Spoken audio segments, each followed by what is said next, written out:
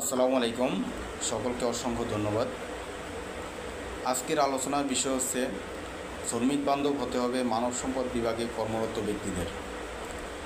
আমরা সকলেই জানি বাংলাদেশে গার্মেন্টস খাত দেশের অর্থনীতির মেরুদণ্ড হিসেবে পরিচিত।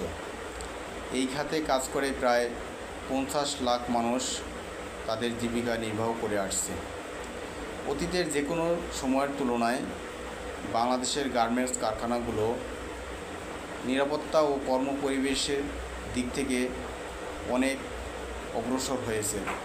পাশাপাশি কাজের সময়, ছুটি, ক্ষতিপূরণ এবং অন্যান্য সুবিধাদি তারা পাচ্ছেন বাংলাদেশ শ্রম আইন 2006 অনুসারে।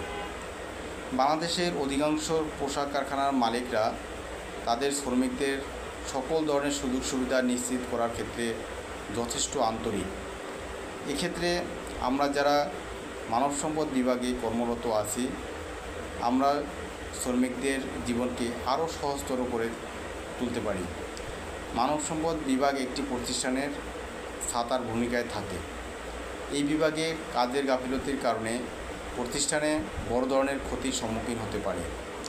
শ্রমিকদের ভালো মন্দ, সুযোগ সুবিধা, তাদের পরিবারের সদস্যদের খোঁজ খবর নেওয়া, তাদের সাথে একটি বন্ধুত্বপূর্ণ আন্তরিক সম্পর্ক তৈরির মাধ্যমে একটি প্রতিষ্ঠানে মানব সম্পদ বিভাগ একটি গুরুত্বপূর্ণ ভূমিকা পালন করতে পারে। আর তাদের কাজের সার্থকতা শ্রমিকদের সাথে সম্পর্কের মধ্যেই নিহিত থাকে বলে আমি মনে করি। শ্রমিকদের সাথে যে কোনো ধরনের হয়রানিমূলক আচরণ, যে কোনো ধরনের বৈষম্যমূলক আচরণের ক্ষেত্রে মানব সম্পদ বিভাগের একজন কর্মী অগ্রণী ভূমিকা পালন করতে পারে। যে কোনো ধরনের বৈষম্য, যে কোনো ধরনের হয়রানিকে রুখে দিতে একজন মানব সম্পদ কর্মী ব্যবস্থা গ্রহণ করতে পারে।